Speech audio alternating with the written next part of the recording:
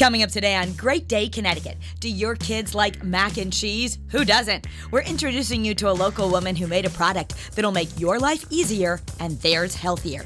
Plus, one of our favorite events is virtual this year, but that doesn't mean you can't get in on the fun.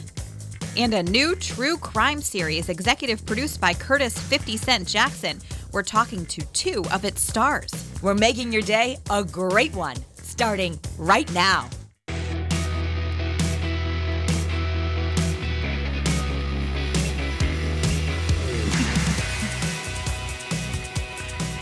It's a great day, Connecticut. Welcome. I'm Kara Sundlun. Hi, I'm Melissa Cole, filling in for Scott today. It's a ladies' day. I usually sit there because I'm usually you. Yeah, so I feel weird over here. Disoriented over there. I'll try and do a good job still. But it's okay because we're getting close to Friday, so it's time to indulge. We've already scoped out the amazing chocolate dessert that's also gluten-free, for Melissa to come up. So you have to stay tuned. I'm so excited to actually have a chef in here cooking too. It's gonna be so fun. Real people. Yes. Okay. It's actually National Great American Pot Pie Day. I actually love pot pie. My kids love it too, which is weird because usually kids might not love it. I loved it growing up. I feel like if I tried to make that for my kids, they wouldn't eat it. It would be foreign to them. No, try it because it's like the flaky crust with all that goodness in the middle. Actually, Jamie, our producer, has a really good easy recipe. Yes, I've made it a bunch and they love it. And she said her kids like it. I guess I can try it. Yeah, so they come in all different kinds. There's chicken, there's beef, pork. So indulge in it today if you want. The first frozen pot pies were introduced by Swanson Foods back in the 1950s. Well, let's just go buy a Swanson one. That would be just classic. You know who else makes a good one? Wade's Farm Fresh over on, it's on on the way to Simsbury. Yes. They have some in their frozen section. Absolutely. I got them a lot during COVID and, during the height of the pandemic, just as comfort meals. It's really good. Okay. All right, so pot pie day, that's what's for dinner. SherwinWilliams is already coming out with the big colors for next year and the refreshing colors. It's now chosen Evergreen Fog as color of the year for 2022. So here's what it looks like. Of course, a little hard to see it like that, but I do think it's a really pretty neutral color. It's a mix of gray and green. It has, see, that looks I would be really happy if my kitchen looked like that. Yeah. It has a sophisticated, earthy feel. You can use it inside. Oh my gosh, that looks nice. Okay, inside so or it's outside? part gray, part green, because grays were such the big neutral the last couple of years. It's kind of like a greige, right? When you call a beige and green, it's like greige. I think that's what they call it. Is that? I thought it was gray and beige, but okay. Oh, yeah, I don't know. But anyway. Well, we all like it. If you want a little extra for your house and you've got $30 million to spare, Sotheby's predicts a new self-portrait that's coming out. It's going to set an auction record. It's by the artist Frida Kahlo. And he's a Latin American artist, she. She's most known for doing self-portraits, often featuring her unibrow. The one that's for auction is called Diego y Yo, which means Diego and I. Oh, wow. So that's her husband, Diego Rivera, who's also a famous artist. So this is the one going up on auction, and Sotheby's believes that this work could sell for more than $30 million when it goes up for auction in November. So like you said, if you have that laying around and you want this for your home, why not? Oh, and she's already sold a previous record for $20 million. So incredible. Very interesting. Yeah. The unibrow. See, she's making it making it, right? Thick brows are back.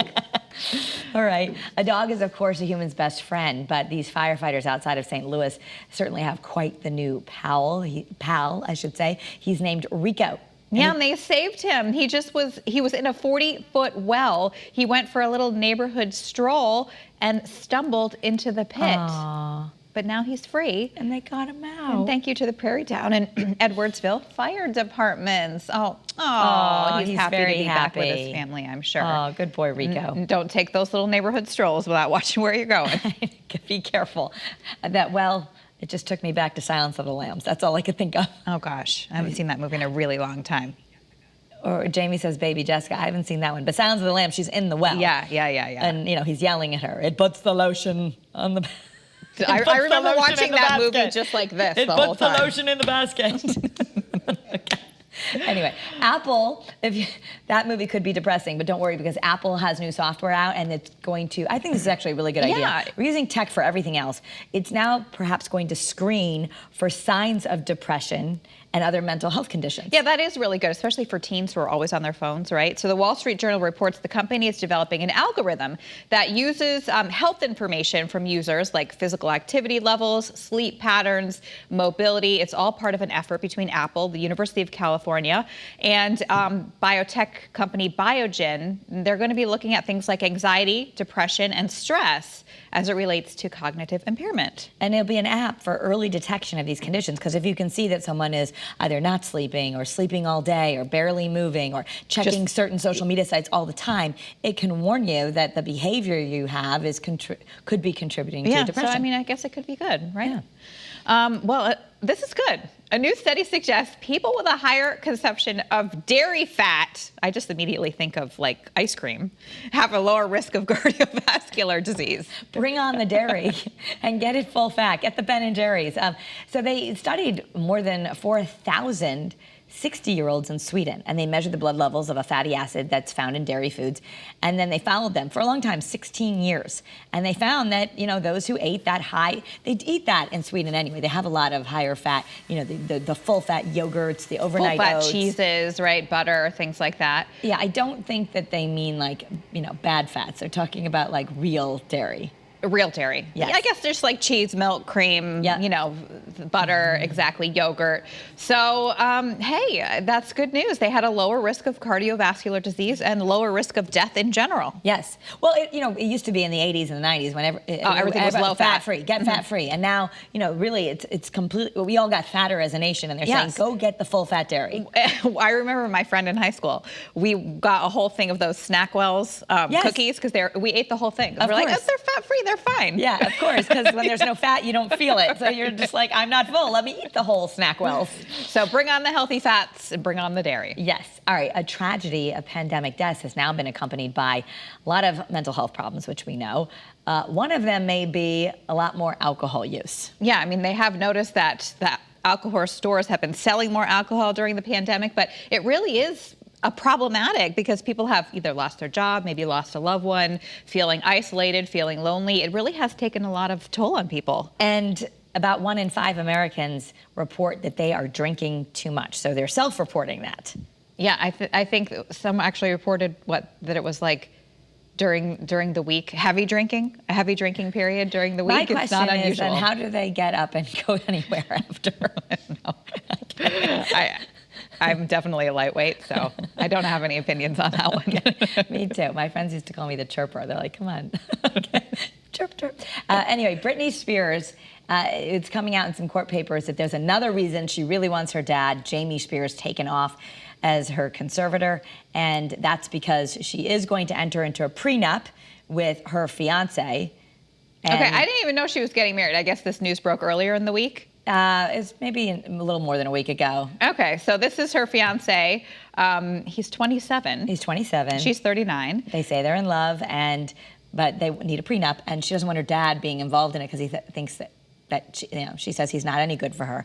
So they're trying to get this wrapped up and removed so that whoever's going to be in charge will help negotiate the prenup, not her dad. Which makes sense based on everything she's going through. But he had a funny quote, like saying his response to the prenup, that he's like, sure, I'll do it. I have a Jeep and some sneakers that I want to make sure I can keep, or something like that. Which might be why everyone wants Britney to have a prenup. Exactly. So we wish her all the best. Mm-hmm. All right, for all the celebrity news and much more, you can always watch People, the show. It's right here on Channel 3 at 7:30. Here's Kay with a preview. Tonight on People, the men of Jennifer Aniston and Reese Witherspoon's The Morning Show, including my interview with Mark Duplass. Talk about your place in season 2. You're the producer. There's a fascinating producer-anchor relationship between Chip and Alex. Are you in love with her? The Chip and Alex relationship is one of the most fascinating ones that I've had the privilege of playing. I think that it's a deeply toxic relationship. And what makes it so fun to play is that Jen and I have such a good camaraderie off screen.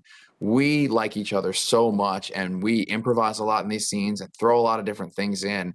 And that makes that relationship, I think, into more of the interesting love-hate dynamic that makes it fun to watch as opposed to just painful. What makes it so fun to work with Jen? I could go on for about an hour, and I'm not just saying this, but look, there is no getting around the fact that Jen is an international icon. I loved talking to him. More from Mark on Jennifer, plus Jeremy's interview with Billy Crudup. All tonight. I do love that show. Me too. do I love can't that wait to show. watch it again. Okay. The Progressive Insurance Norwalk Boat Show is back. Fall's premier boating event. It's at Norwalk Cove Marina today through Sunday. Opens every day at 10. There's a lot to do for the whole family, so just be the third caller, Melissa, to 866-539-9372 to win 4 tickets. Again, that's 866-539-9372. Good luck.